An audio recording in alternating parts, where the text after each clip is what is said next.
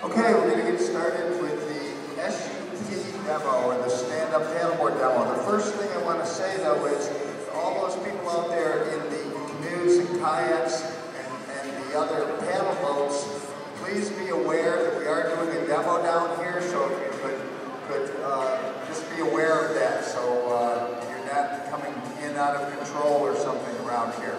So, with that said, my name is Skip Taylor. This is Bill Swift out here on this board out here with the paddle, the long paddle, and you're going, I wonder what that's all about. Well, we're going to tell you all about it. We're with Swift Canoe and Kayak and Starboard paddle boards, and we're going to tell you about the fun and exciting sport of stand-up paddling, or what is called SUP, S-U-P. You've probably seen the abbreviation SUP, and that stands for Stand-Up Paddleboard. Years ago, there were canoes, and then there were kayaks. Kayaks came onto the market fast and furious. 12 years ago, when I moved up north in the Muskoka area, I was the first person on my small lake to have a kayak. Now, just about everybody on my lake 12 years later has some kind of a kayak at their cottage. 2 years ago, I got myself a stand-up paddleboard for my birthday. It was my birthday present to myself. So, for my 60th birthday present to myself. So, I got that, and all of a sudden, 2 years ago, when my grandkids came up to the cottage, they just gravitated to this thing. They were out on it just about every day. So, halfway through that season, I bought them their very own board. Bill Swift here has a cottage up in the Muskoka area, the Algonquin, Muskoka area, and he, like myself, has got a lot of watercraft and cottage toys and canoes and kayaks at the waterfront, but he's finding, just like I'm finding, that the thing that gets used most at the cottage is starting to be the stand-up paddleboard. He's got nieces and nephews that are using it. I've got my grandkids that are using it. Bill's 82-year-old mother has even been out on the stand-up paddleboard. So it's a sport that's very easy to learn, and it's a lot of fun. So we're going to tell you a little bit about it. The stand-up paddleboard evolved from the surfing and windsurfing world. So it's progressed basically from the ocean to rivers, inland lakes, and it's come now to cottage country. The first time that I saw a stand-up paddleboard was about 4 years ago. I was vacationing in the Outer Banks in North Carolina with my wife, and I saw this person surfing out on the ocean, but he had a paddle, which I'd never seen before. So I grabbed my binoculars and quick took a look at it, and I saw this guy riding the waves out there just like he was surfing, but he had a paddle. So it gives you quite an advantage. The other thing is, at my cottage, I'm on a small lake up in the Muskokas, and I've got a friend of mine who's got a windsurfing board. Now, this company here, Starboard, started out as a windsurfing company. But this gentleman on my lake has got a windsurfing board, but our lake has got changing winds. You're on a lake where the winds are constantly changing, and you can't depend on which direction they're coming from, or if you're even going to have a wind at all. You might get out there, and then all of a sudden the wind might go away. That's where this sport is very, very good, because it doesn't depend on the wind. Okay. The reason people are starting to buy these boards, the biggest reason is the word fun. These are so much fun, they're easy to learn, they're safe, they're an incredible full body workout. You can be relaxed on the board or you can be aggressive, it's what you make it. There's starting to be SUP races out there, so that it's getting very competitive. So it can be anything from recreation to competitive racing. There's people that do whitewater stand-up paddling. Anywhere that there's water, the stand-up paddleboard is at home. Bill's been doing this for about a year, and he's feeling pretty comfortable on the board, but we'll talk about once he comes back, and we'll talk about some basic things. So if you're interested in getting into it, it's just some basic things and how to get on it, how to feel comfortable on the board your first couple times out, and some of the questions that we get asked, like how does it go straight, how do you turn this thing, and all kinds of things like that. So we're going to ask Bill to come back in here and demonstrate a few of the basics of stand-up paddleboarding to you.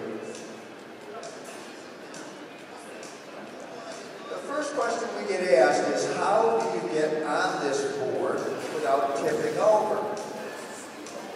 First, we're going to show you the board. Everybody asks us, what's that hole in the middle of the board? That's the handle. So you can put the board very comfortably. You can carry it under your arm. It's a very comfortable board to carry because these boards, surprisingly enough, do not weigh a lot. They weigh a whole lot less than some of the kayaks out there. So it's a very comfortable thing to paddle. It's just got a little bit of a handle there to carry, and you can become a surfer person very quickly. The boards, if you notice, also have these fins on the back. These fins are for directional stability. You're going to find that the boards, depending on which ones you look into, they may have 3 fins or they may have just 1 fin. So, Jill, you get on the board first. Okay. The board that Bill's going to get on and demonstrate is probably my favorite board for the cottage. It's a 12-foot board. It's a 12-foot recreational board. Even though I say recreational, a lot of these boards can be used for a lot of different applications. That board there, Bill can use it in the ocean. He can use it on lakes. He can use it on rivers.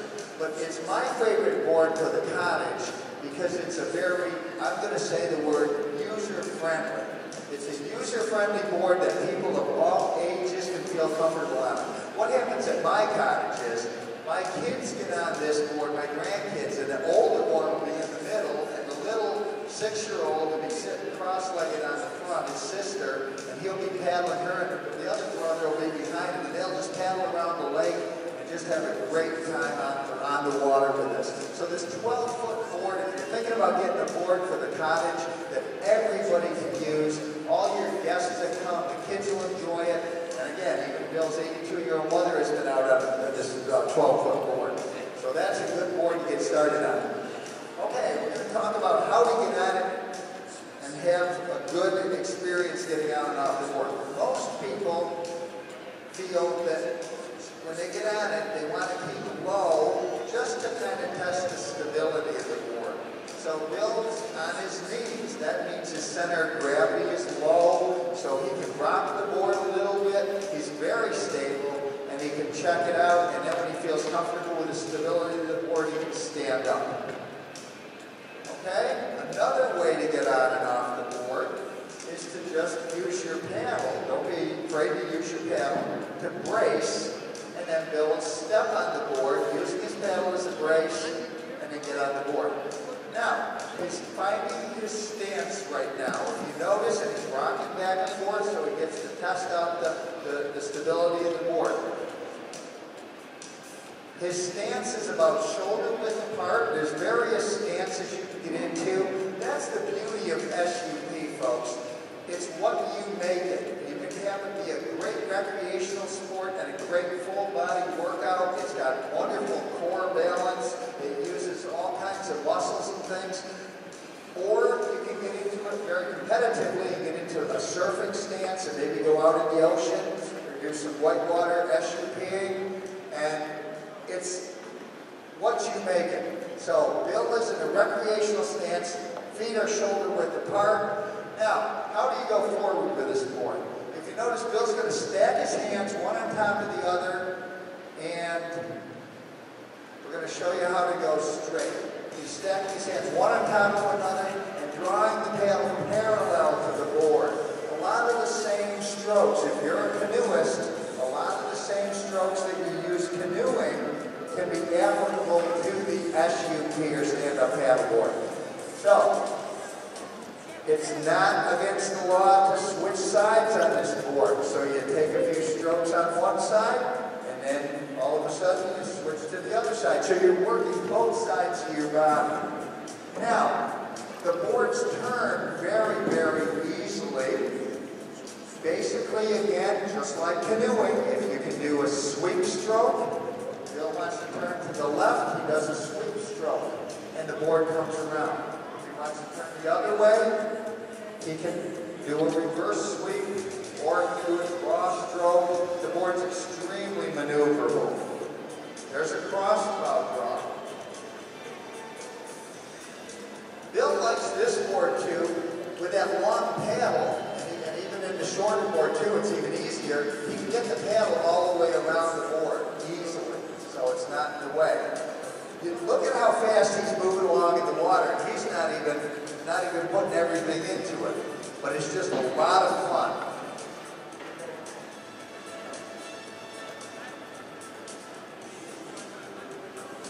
Now, if you want to get competitive, Bill's not going to do it right now, but you can get into what's called a surfer stance, where it's more sideways to the board. What that does is it takes the board into a different position and gives you some more edging and more control. So if you were out in the ocean and developed that skill, you'd be able to do a lot more turning and quick turns and big water.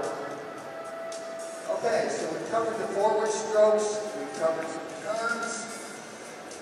Let's talk about how much it costs to get into this sport. That's another question we get asked a lot. There's varying degrees of boards, just like canoes and kayaks. There's different materials, there's different price ranges of these boards, and different lengths. Just like canoes and kayaks, these boards, you're going to be able to get into stand-up board paddling, the sport of stand-up paddling, for anywhere between $900 and up to around $2,000 or so to get yourself a really decent board. The paddle is something that is very important because that's what propels you through the water. If you notice, it's got a bent shaft at the bottom. This particular paddle is a wonderful paddle to have in your cottage because it's an adjustable paddle. It's actually a three-piece paddle. So if you did want to take it, if you're traveling and you wanted to take it on an airport or in a car, it breaks down into three pieces, but it's adjustable for different heights. Bill is taller, but if he wants to have somebody at the cottage that shows up that's my height or shorter than myself, it's adjustable for a variety of heights. The paddle should generally be about 8 to 10 inches higher than your height. And paddles are going to range anywhere from about $100 on up to about $300 and something. So that's your paddle. The boards are going to range in length anywhere from 8 feet to 13 feet or so, depending on what application. Bill just got on a shorter board. This is the 10-foot board. He was on a 12-foot board, now he's gotten onto a 10-foot board. I've got a performance board at my cottage that's a little bit shorter, and it's fine for me, but if I go to put somebody else on it, like a guest comes to the cottage and they want to do stand-up paddleboarding for the first time, they're not going to be as relaxed as they would be on a 12-foot board. So again, if you're getting a recreational stand-up paddleboard for your cottage, the best length approximately to get is anywhere from 11.5 to 12 feet is a good ballpark figure for you. So the boards are going to range in length anywhere from 8 to 13 feet. The shorter ones, if you've got an 8 or 9 foot board, they're going to be great in the ocean because they're going to turn faster. They're going to be good in white water because they're going to turn faster. It's just kind of like a whitewater kayak is shorter than a recreational kayak, which is shorter also than a sea kayak. So it's the same type of thing with this stand-up paddleboard. Back across. And if you've got any questions, we'd be more than happy to answer. We're going to be around for a while. Again, we're from Swift Canoe and Kayak and Starboard Paddleboards, and hopefully we'll see you out on the water on the brand new, exciting sport of SUP or stand-up paddleboarding. Thank you very much.